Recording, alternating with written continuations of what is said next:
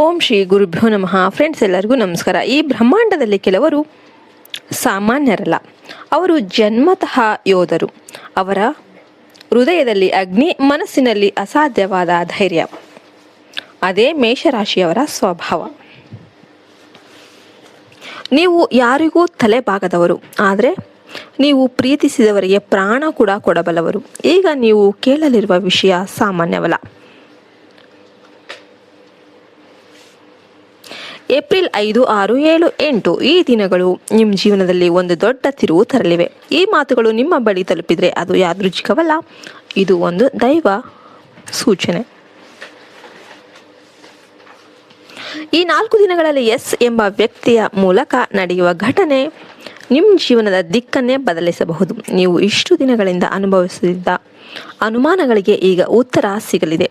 ಯಾರನ್ನ ನಂಬಬೇಕು, ಯಾರನ್ನ ದೂರ ಇಡಬೇಕು ಎಂಬುದರ ಬಗ್ಗೆ ಸ್ಪಷ್ಟತೆ ಬರುತ್ತೆ. ನೀವು ಇಷ್ಟು ದಿನಗಳಿಂದ ಗಮನಿಸಿದ ಕೆಲವು ಸಣ್ಣ ಘಟನೆಗಳು ಈಗ ದೊಡ್ಡ ಅರ್ಥ ಪಡೆಯುತ್ತೆ.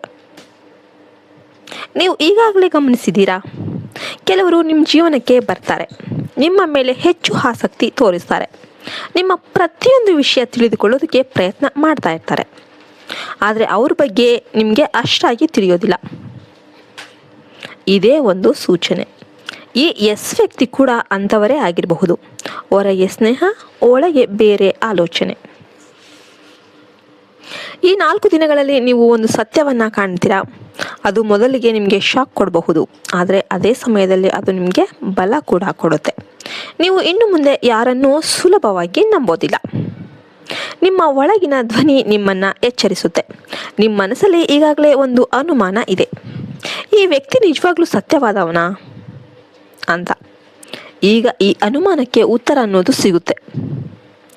ನೀವು ಈವರೆಗೆ ಅನಿಸಿದ ಕೆಲವು ಘಟನೆಗಳು, ಮಾತುಗಳು, ವರ್ತನೆಗಳು ಇವೆಲ್ಲವೂ ಈಗ ಒಟ್ಟಿಗೆ ಸೇರಿ ನಿಮಗೆ ಒಂದು ಸ್ಪಷ್ಟ ಚಿತ್ರ ಕೊಡುತ್ತೆ. ಎಸ್ ವ್ಯಕ್ತಿ ನಿಮ್ಮ ಯಶಸ್ಸನ್ನು ನೋಡಿ ಸಂತೋಷ ಪಡೋದಿಲ್ಲ. ಒಳಗೆ ಒಂದು ಅಸೂಯೆ ಬೆಳೆಸಿಕೊಂಡಿರ್ತಾರೆ.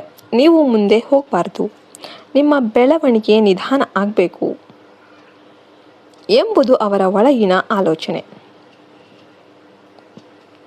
ಅದನ್ನು ಅವರು ನೇರವಾಗಿ ತೋರಿಸೋದಿಲ್ಲ, ಆದರೆ ಸಣ್ಣ ಸಣ್ಣ ರೀತಿಯಲ್ಲಿ ನಿಮ್ಮ ಮೇಲೆ ಪ್ರಭಾವವನ್ನು ಬೀರ್ತಾರೆ. ನೀವು ಅವರ ಜೊತೆ ಹಂಚಿಕೊಂಡ ಕೆಲವು ವಿಷಯಗಳು ಇತರರ ಬಳಿ ಹೋಗುತ್ತಿವೆ ಎಂಬ ಅನುಭವ ನಿಮಗೆ ಆಗಿರಬಹುದು. ಅದು ಯಾದೃಚ್ಛಿಕ ಅಲ್ಲ, ಇದೇ ಅವರ ಆಟ. ನಿಮ್ಮ ನಂಬಿಕೆಯನ್ನು ಬಳಸಿಕೊಂಡು ನಿಮ್ಮ ವಿರುದ್ಧ ಉಪಯೋಗಿಸುವುದು. ಇದರಿಂದ ನೀವು ಭಯ ಪಡಬೇಕಾಗಿಲ್ಲ, ಆದರೆ ಜಾಗ್ರತೆ ಬಹಳ ಮುಖ್ಯವಾಗಿರುತ್ತೆ. ಈ 4 ದಿನಗಳಲ್ಲಿ ನೀವು ತೆಗೆದುಕೊಳ್ಳುವ ನಿರ್ಧಾರಗಳು ನಿಮ್ಮ ಭವಿಷ್ಯವನ್ನು ನಿರ್ಧರಿಸುತ್ತೆ. ಆದ್ದರಿಂದ ತಕ್ಷಣ ಪ್ರತಿಕ್ರಿಯೆ ಕೊಡಬೇಡಿ, ಕೋಪದಲ್ಲಿ ಮಾತನಾಡಬೇಡಿ. ಮೊದಲಿಗೆ ಗಮನಿಸಿ ಅರ್ಥ ಮಾಡಿಕೊಳ್ಳಿ. ಒಂದು ಮುಖ್ಯವಾದ ಸಂಗತಿ, ಎಸ್ ಅಕ್ಷರ ಹೊಂದಿರುವ ಎಲ್ಲರೂ ಕೆಟ್ಟವರು ಅಲ್ಲ, ಆದರೆ ನಿಮ್ಮ ಜೀವನದಲ್ಲಿ ಇರುವ ಆ ವ್ಯಕ್ತಿಯ ವರ್ತನೆಗೆ ಗಮನ ಕೊಡಿ. ನಿಮ್ಮ ಒಳಗಿನ ಧ್ವನಿ ನಿಮಗೆ ಸರಿಯಾದ ಮಾರ್ಗ ತೋರಿಸುತ್ತೆ. ಮೇಷರಾಶಿಯವರೇ, ನೀವು ಯೋಧರು. ನೀವು ಯಾವ ಸಮಸ್ಯೆಯನ್ನು ಎದುರಿಸಲು ಸಾಮರ್ಥ್ಯ ಹೊಂದಿದ್ದೀರಿ. ಈ ಪರಿಸ್ಥಿತಿಯು ನಿಮ್ಮನ್ನು ಪರೀಕ್ಷಿಸಲು ಬಂದಿದೆ. ನೀವು ಈ ಪರೀಕ್ಷೆಯಲ್ಲಿ ಗೆದ್ದರೆ ನಿಮ್ಮ ಜೀವನ ಇನ್ನಷ್ಟು ಬಲವಾಗುತ್ತೆ. ಈ 4 ದಿನಗಳಲ್ಲಿ ನೀವು ಒಂದು ದೊಡ್ಡ ನಷ್ಟದಿಂದ ತಪ್ಪಿಸಿಕೊಳ್ಳುವ ಸಾಧ್ಯತೆ ಇದೆ.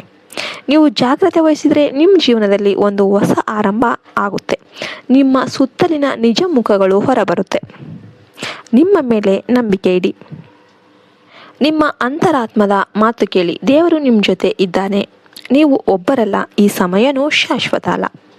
ಸ್ವಲ್ಪ ಸಹನೆ, ಸ್ವಲ್ಪ ಜಾಗ್ರತೆ, ಇವೇ ನಿಮ್ಮ ಗೆಲುವಿನ ಗುಟ್ಟು. ಕೊನೆಗೆ ಒಂದು ವಿನಂತಿ, ಈ ಸಂದೇಶ ನಿಮ್ಮ ಮನಸ್ಸಿಗೆ ತಟ್ಟಿದರೆ ಓಂ ನಮಃ ಶಿವಾಯ ಅಂತ ಕಮೆಂಟ್ ಮಾಡಿ.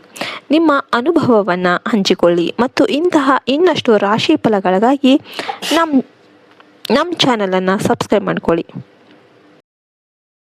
ಜೈ ಹಿಂದ್, ಜೈ ಭಾರತ್ ಮಾತೆ. ಹರಿ ಓಂ ತತ್ಸತ್. ಸರ್ವೇ ಜನೋ ಸುಖಿನೋ ಭವಂತು.